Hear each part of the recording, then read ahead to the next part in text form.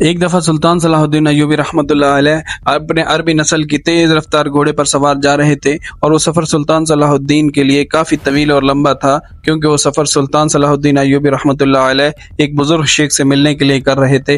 جب سلطان صلاح الدین ایوبی رحمۃ اللہ علیہ بادشاہ رینالڈ کے ساتھ امن معاہدہ کرنے لگے تو اس سے پہلے ایک بزرگ جو کہ ایک خفیہ غار میں رہتے تھے اور سلطان صلاح الدین ایوبی رحمۃ اللہ علیہ کو مشکل وقت میں رہنمائی کرتے تھے، اس کا پیغام سلطان کے پاس پہنچا۔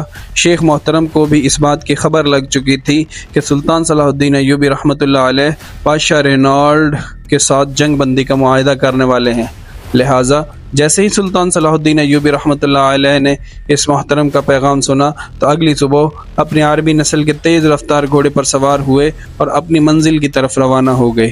سلطان صلاح الدین ایوبی رحمۃ اللہ علیہ اپنے گھوڑے پر سوار جا رہے تھے کہ سلطان صلاح الدین ایوبی رحمۃ اللہ علیہ کا گزر ایک ایسی جگہ سے ہوا جہاں سلطان صلاح الدین ایوبی رحمۃ اللہ علیہ نے ایک بہت بڑی مسجد دیکھی، لیکن وہ مسجد بالکل سنسان اور ویران تھی۔ اس مسجد کے حلیے اور ارد گرد کے حالات کو دیکھ کر سلطان کو ایسا لگا کہ اس مسجد میں کئی سالوں سے کسی مسلمان نے قدم بھی نہیں رکھا، کیونکہ ظہر کا وقت تھا مگر ایک بھی نمازی دکھائی نہیں دے رہا تھا۔ سلطان صلاح الدین ایوبی رحمۃ اللہ علیہ اپنے گھوڑے سے اترے، مسجد کے ساتھ میں بنے ہوئے کنویں پر گئے، وہاں جا کر ایک لوٹا پانی کا نکالا، پانی پیا اور وضو کر کے مسجد میں نماز ادا کی، اور نماز ادا کرنے کے بعد مسجد کے صحن میں آئے تو ادھر ادھر دیکھنے لگے۔ سلطان بڑے حیران تھے کہ اتنی بڑی مسجد اور ارد گرد بہت آبادی بھی ہے، لیکن آخر یہ مسجد ویران کیوں پڑی ہے؟ یہ بات سلطان صلاح الدین ایوبی رحمۃ اللہ کو بہت پریشان کر رہی تھی۔ سلطان صلاح الدین اپنے گھوڑے پر سوار ہو گئے اور آہستہ آہستہ چلنے لگے تو اتنے میں سلطان صلاح الدین ایوبی رحمۃ اللہ علیہ کی نظر ایک کسان پر پڑی جو کھیتوں میں بنے کنویں سے پانی نکال کر اپنی فصلوں کو سیراب کر رہا تھا۔ سلطان اس کے پاس گئے اور کہا، اے بزرگ، کیا آپ مجھے بتا سکتے ہیں کہ اس مسجد کے ارد گرد اتنی آبادی ہونے کے باوجود اس مسجد میں لوگ نماز کیوں نہیں پڑھتے؟ آخر یہ مسجد اتنی کیوں ویران پڑی ہوئی ہے؟ یہ سن کر کسان نے کہا، حضور، مسلمانوں کے ایمان کمزور ہو چکے ہیں اور موت کو اپنے سامنے دیکھنے کے بعد لوگ اس مسجد میں داخل نہیں ہوتے۔ لوگوں کے اندر اتنا مضبوط ایمان نہیں کہ موت کے سامنے دیکھ کر اس مسجد میں نماز پڑھنے کے لیے جائیں۔ یہ سن کر سلطان صلاح الدین ایوبی رحمۃ اللہ علیہ بڑے حیران ہو گئے اور کہا، بزرگ، آپ مجھے تفصیل سے بتائیں، آخر یہ مسجد کس نے بنوائی تھی؟ اس مسجد کے ویران ہونے کی وجہ بتائیں۔ اس نے کہا، حضور، یہ مسجد 4 بستیوں کے بیچ میں ہے۔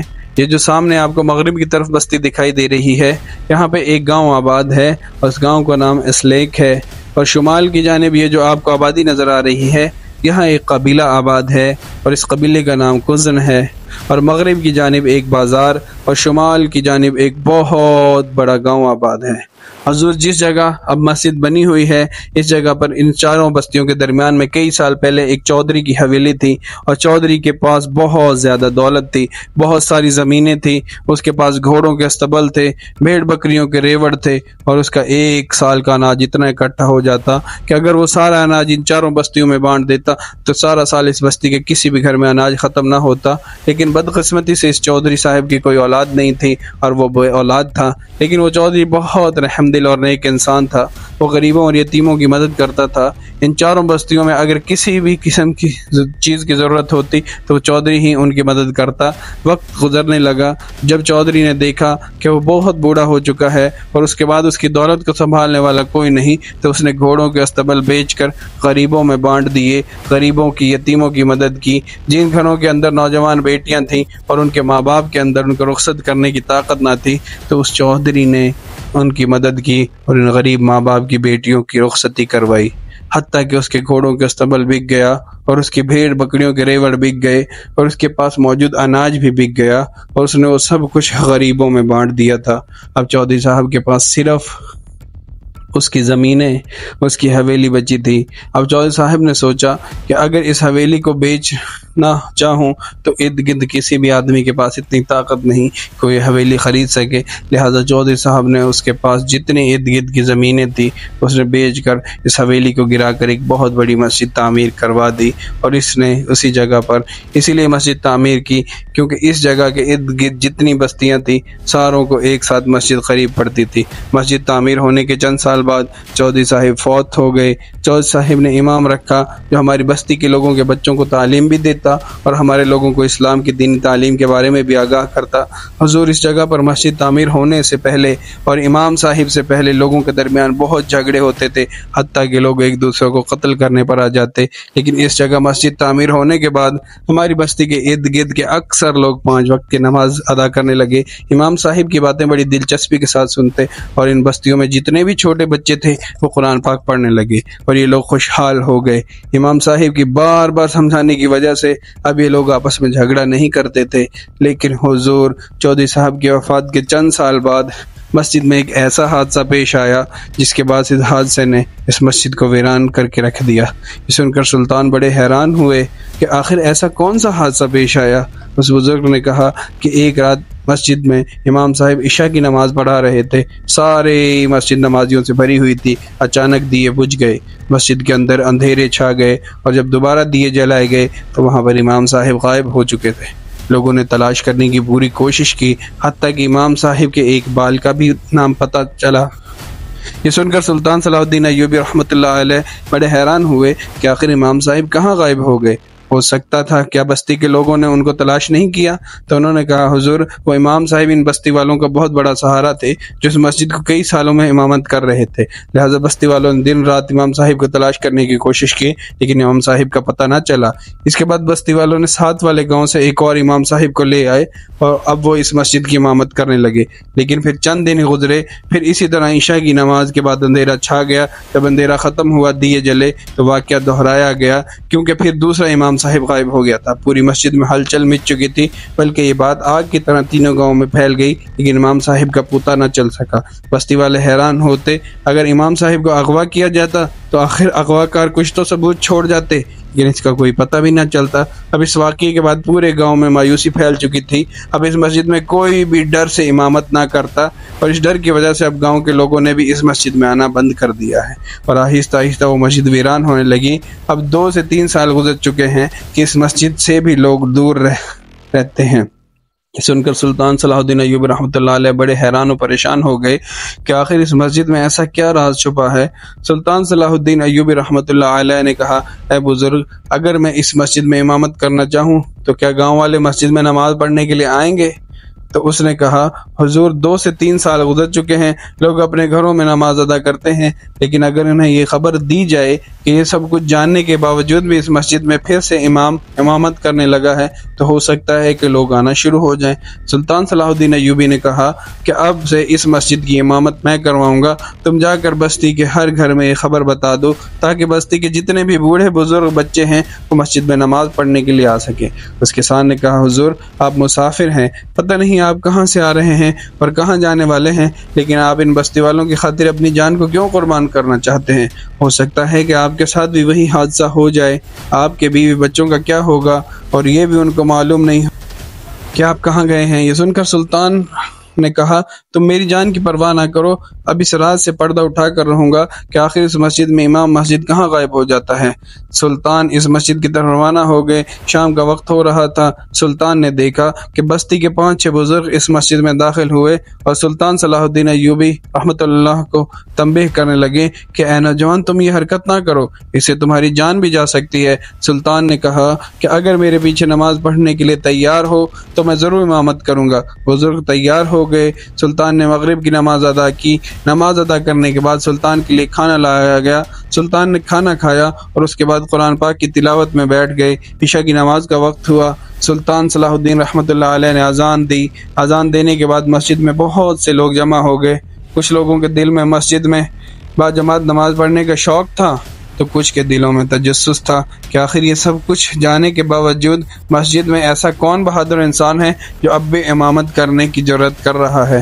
سلطان صلاح الدین ایوبی رحمۃ اللہ علیہ نے عشاء کی نماز کی جماعت شروع کرائی۔ ابھی سلطان دوسری رکعت میں گئے تھے، پھر سے وہی واقعہ دہرایا گیا۔ اچانک دیے بجھ گئے اور جیسے ہی جلائے گئے تو امام وہاں سے غائب تھے۔ پھر سے مسجد میں ہلچل مچ گئی اور لوگ ایک دوسرے سے کہنے لگے ہم نے اس نوجوان کو کہا تھا کہ تم اپنی جان کو خطرے میں نہ ڈالو۔ اب اس مسجد میں بہت سارے لوگ جمع ہو چکے تھے۔ لوگ ایک دوسرے کو کہہ رہے تھے کہ وہ ایک مسافر تھا اور اس نے مسجد کو آباد کرنے کی خاطر اپنی جان کو داؤ پر ڈالا۔ لہٰذا ہمیں اس آدمی کو ضرور تلاش کرنا چاہیے۔ وہ لوگ ابھی باتیں کر رہے تھے کہ اتنے میں جہاں سلطان صلاح الدین ایوبی کا عبادت کا مسلح بچھایا گیا تھا وہ جگہ ہلنے لگی۔ لوگ ڈر گئے کہ آخر اس مسلح کے نیچے کیا ہے۔ اتنے میں نیچے سے ایک دروازہ کھولا اور اصل میں یہ ایک سرنگ تھی۔ اس سرنگ میں سلطان صلاح الدین ایوبی باہر نکلے۔ دیکھ کر بستی والے بہت ڈر گئے۔ اتنے میں سلطان صلاح الدین ایوبی رحمۃ اللہ علیہ نے ایک آدمی کو گریبان سے پکڑتے ہوئے اوپر کھینچ کر لائے۔ بستی کے لوگ سلطان کو عجیب و غریب نظروں سے دیکھ رہے تھے اور سوچ رہے تھے کہ آخر یہ سرنگ کہاں سے آ گئی، اور اس سرنگ کے بارے میں کسی کو نہیں پتا تھا۔ جب سلطان صلاح الدین ایوبی رحمۃ اللہ علیہ باہر نکلے تو لوگوں نے کہا، حضور یہ سب کیا ماجرا ہے، کیا آپ ہمیں بتا سکتے ہیں؟ تو سلطان صلاح الدین ایوبی رحمۃ اللہ علیہ نے کہا، اب اس راز سے پردہ اٹھ چکا ہے۔ تو گاؤں والوں نے کہا، حضور آخر ایسا کیا ہوتا تھا کہ امام صاحب غائب ہو جاتا، لیکن آپ خوش نصیب ہیں کہ آپ صحیح سلامت واپس آ گئے۔ تو سلطان صلاح الدین ایوبی رحمۃ اللہ علیہ نے کہا، یہ آدمی بادشاہ رینالڈ کا ایک جاسوس ہے۔ جب بادشاہ رینالڈ کو خبر ملی کہ علاقہ سرحدی علاقہ ہے اور بادشاہ جانتا تھا کہ اگر لوگ اس طرح مسجد میں 5 وقت نماز ادا کرتے رہے تو ان کے بچے دینی تعلیم حاصل کرتے رہے تو یہ لوگ بہت بہادر اور طاقتور ہو جائیں گے، لہٰذا اس نے اس مسجد کو ویران کرنے کے لیے اس کے نیچے ایک سرنگ بنوائی ہوئی تھی، اور جو بھی مسجد کا امام امامت کرتا تو رات کے اندھیرے میں اس کو نیچے کے دروازہ کھولا جاتا، دروازہ کھلتے ہی وہ امام سرنگ میں جا گرتا اور اس کے نیچے موجود بادشاہ رینالڈ کا یہ جاسوس اس کو قتل کر دیتا۔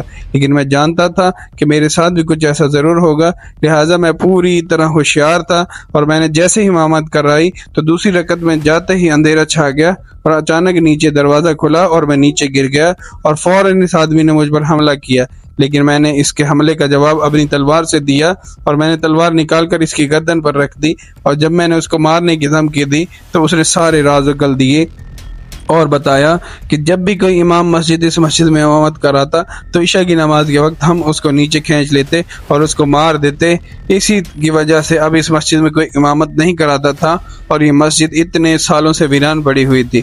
جب یہ سارا ماجرا ایک گاؤں کے بوڑھے آدمی نے دیکھا تو اس نے کہا، تم سے پہلے 3 امامت کرتے ہو اپنی جان گنوا بیٹھے، لیکن کسی میں اتنی ضرورت نہ ہوئی وہ اس راز کے بارے میں پتہ لگا سکتے۔ آپ واحد نوجوان ہیں کہ آپ اس بستی کے نہ ہوتے ہوئے بھی تم نے اس بستی اور مسجد کی خاطر اپنی جان کو خطرے میں ڈالا، تم نے دشمن کو بل سے نکال ڈالا، لہٰذا تم کوئی عام آدمی نہیں، بتاؤ کون ہو؟ تو سلطان صلاح الدین ایوبی نے کہا، تم نے درست فرمایا، میں اس سلطنت کا سلطان صلاح الدین ایوبی ہوں۔ جب یہ بات ان گاؤں کے لوگوں نے سنی تو حیران و پریشان ہو گئے اور سلطان صلاح الدین ایوبی رحمۃ اللہ علیہ کا شکریہ ادا کرنے لگے، اور اس کے بعد اسی گاؤں میں ایک شہر کے مدرسے سے پڑھ کر آنے والے نوجوان اس مسجد کا امام بن گیا، اور وہ مسجد پہلے کی طرح آباد ہو گئی۔ اب اس مسجد میں پورے گاؤں کے لوگ نمازیں پڑھنے لگے، اور سلطان صلاح الدین ایوبی رحمۃ اللہ علیہ نے اپنی جان پر کھیل کر اپنی عقل مندی سے اس مسجد میں چھپے اس راز سے پردہ اٹھایا اور اس گاؤں کو اتنی بڑی مشکل سے نکال دیا۔ اور کہتے ہیں کہ پھر اس سلطان صلاح الدین ایوبی نے رینالڈ بادشاہ کے اس جاسوس کو اپنے گھوڑے کے پیچھے گھسیٹتے ہوئے اپنے محل میں لے گئے تھے، اور اس کا سر کاٹ کر محل کے دروازے پر لٹکا دیا گیا تھا، اور ہر ایک آدمی کو بتایا گیا تھا کہ اس کافر نے مسجد کو ویران کرنے کے لیے کس طرح کا گھٹیا کھیل کھیلا۔ اور اس طرح سلطان صلاح الدین ایوبی رحمۃ اللہ علیہ نے اپنی عقل مندی سے رینالڈ بادشاہ کے اتنے بڑے منصوبے کو خاک میں ملا ڈالا۔